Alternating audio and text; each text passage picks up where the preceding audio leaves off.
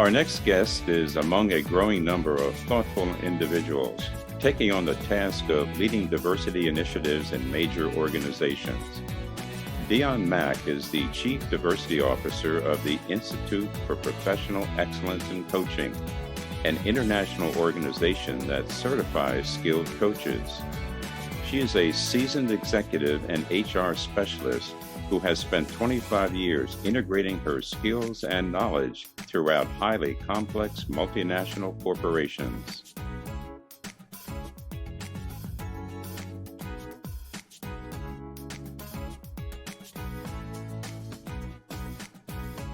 You are watching Profunda TV with host Phyllis Haynes.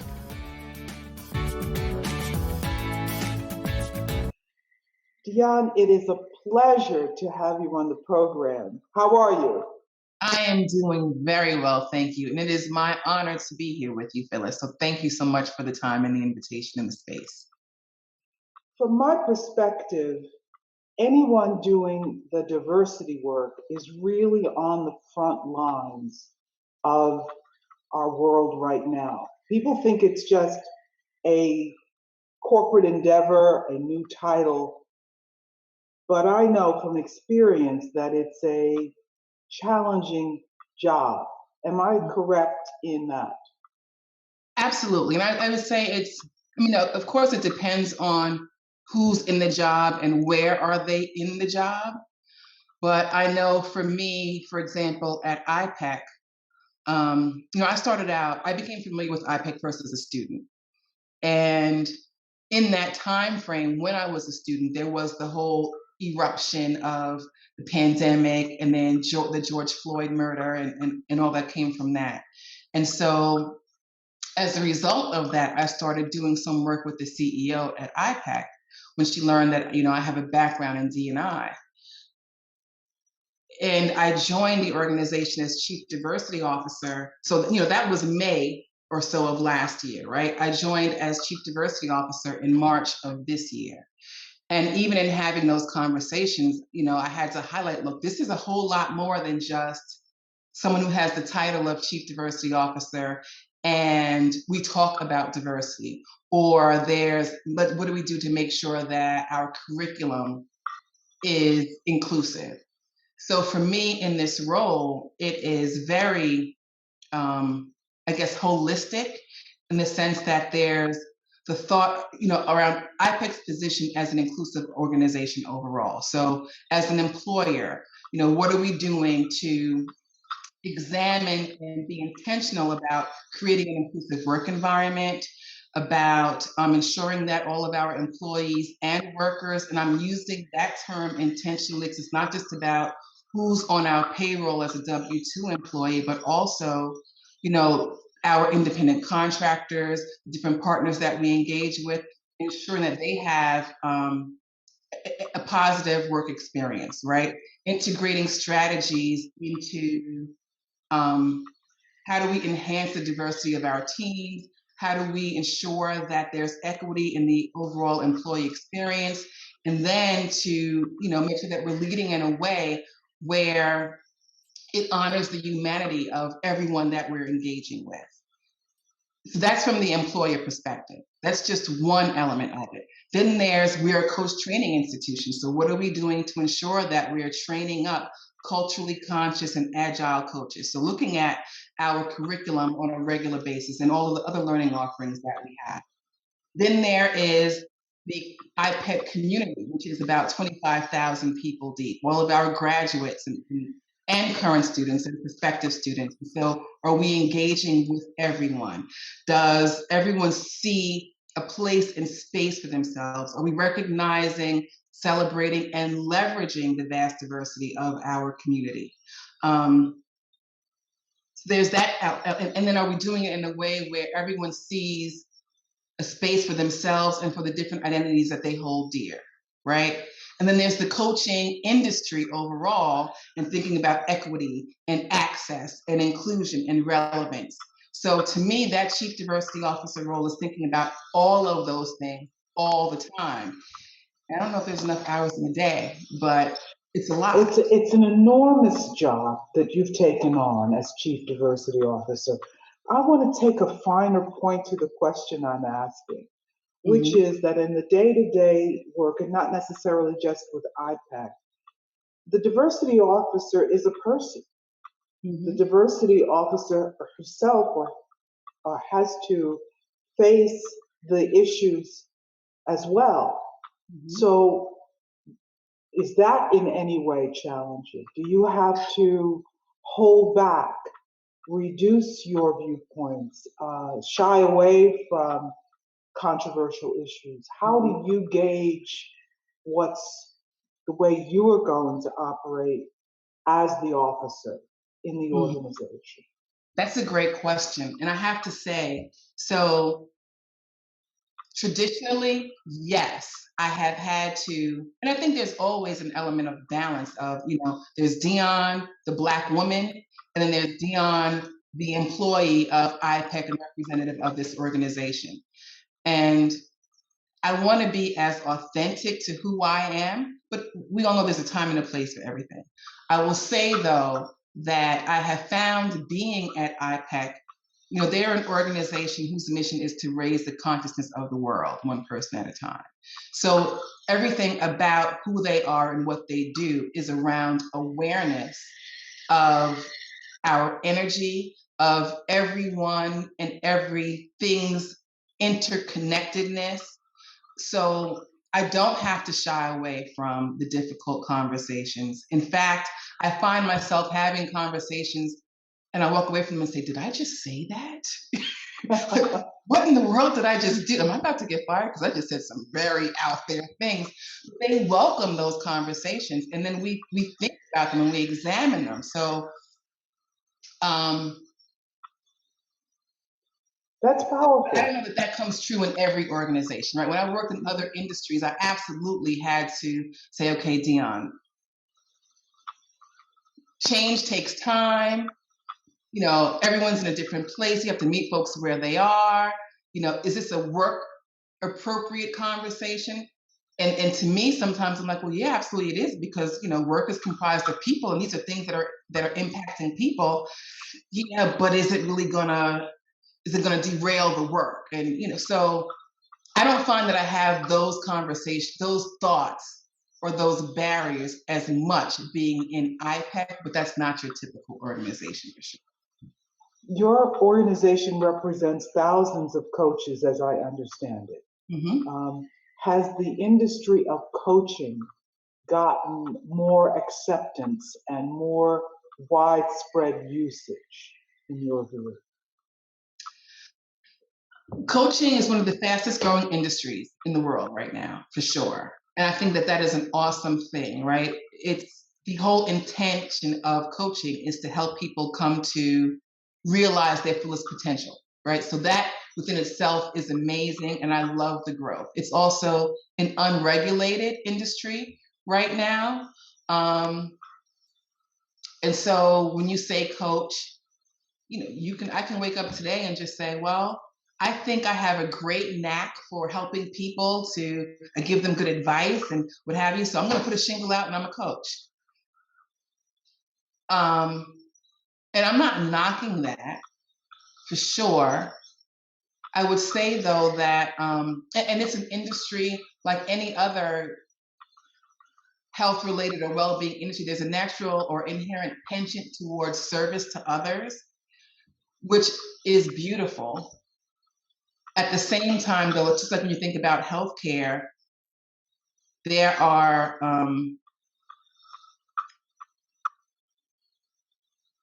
barriers to inclusion, right? Um, or there's ways in which bias shows up in healthcare that if you're not intentional about, there's a disservice to the patient or the client. So there's importance for us as a coach training institution to ensure that we're being very intentional around bringing awareness to the importance of difference and otherism and how that may impact your clients or your patients, if you will. And so if you don't have that awareness, then it may impact the way that you coach your clients and impact how well they may realize breakthroughs and ahas and come to their greatest potential. So your organization is devoted to also in offering training and guidance to become a coach or be a certified coach under IPEC. Mm-hmm. You are committed to including the diversity wisdom into the curriculum so that coaches have this understanding of these microaggressions and forms of discrimination and unconscious bias that exists in the health field and in lots of fields. So Absolutely. this is a daunting task, but not all sides, the word diversity is really difficult for me because I did diversity training for over 20 years. Mm-hmm. But the word diversity has gotten a kind of overusage and people misunderstand it. And so, there are different approaches to it. Mm-hmm. How would you describe your approach and how would you see a curriculum emerging from your perspective to be inclusive and engaging? Sure. So to me, there's a both and there's a delicate balance. To me, diversity is about difference, and it's about whatever difference matters. Now, we know that the term has evolved and came into place as a euphemism for strategies, particularly focused on race, gender, and in the last few, maybe 10 to 15 years, sexual orientation. And those are important major differences, but they're not the only differences that matter. So it is about, how do you, from a coaching perspective, how do you train coaches who understand difference and how to manage difference and have an awareness of the impact that difference may have, whatever difference that is, on the way that you coach and on those that you're coaching. And at the same time, being aware that there is a global dominant culture or some global dominant cultures that have been centered in every aspect of society, and that there is an impact to everyone and everything around that dominant culture being centered. And so you can say, yes, diversity is about difference, any difference. Diversity is about diversity of thought, and it's different experiences that bring diversity of thought. At the same time, there is this dominant culture that everything is centered around, and so we can't lose sight of that. So how do we talk about that and all other differences at the same time? And also, since you're an international organization, you're dealing with different dominant cultures, so that you have societies where the women are just beginning to get a sense of their own freedom, and people with disabilities may not even have a voice in many places. So people have to have a fluid understanding of diversity, equity, and inclusion. Am I reading you correctly? That's exactly right. And you may not necessarily know everything about everything. No one has the capacity for all of that, but even having the awareness or the sensitivity to the fact that there are all of these differences. And so, when I go to engage with any client, I can walk in and say, I don't know everything about this person. I don't know everything about, all of their identities, but at least I'm aware that we probably do have different identities. And so keeping an ear and an eye open for that as we're engaging. Making time to learn about as many different cultures as I can. Again, I don't have to be an expert in any one of them, but recognizing that, for example, in the United States, you may hear the loudest, the squeaky wheel is the one that gets oiled, but in other cultures, the loudest duck is the one that gets shot. So, as I'm engaging with someone, being aware that their thought process may be different than mine. I may not know exactly what their thought process is, but I know that it may be different, so I'm going to explore differently. Let's just switch gears for just a little bit. In a lot of organizations, a big problem that I see is that the diversity work comes in, gets done, but the CEOs and the senior execs don't necessarily do the work. How is it different at IPEC? Absolutely. So, of course, as Chief Diversity Officer, I'm part of the C-suite, but our CEO and honestly everyone else on the C team is very, very involved, very hands-on, very committed. Inclusion and diversity aligns with who we are as an organization. One of the things that I'm proud of is that certainly when I came in the door, I looked at the curriculum and there were some things that we needed to change, more inclusive language. But when I looked at the overall approach, it's steeped in inclusion inherently, right? So there weren't any major changes that we needed to do. It was just, okay, let's tighten some things up. We can maybe beef up more here and there, but the CEO, we have conversations around diversity topics that I would never expect to have in a work environment. And then that trickles down into our overall approach from our processes, our policies. We have a diversity conversation in every leadership meeting. Most times, not intentionally, it just goes there. And we're really working hard to make it just become a part of who we are and what we do. So from the conversations that we've had in leadership meetings, it's now our Chief Academic Officer, for example, has said, I'm going to take these conversations to my faculty, and we're going to have these types of conversations. The operations and marketing team is doing the same thing. And that's because as a C-suite, we just have the conversations. Sometimes very unexpected and unconventional and pushing the envelope conversations. But I think that that's awesome.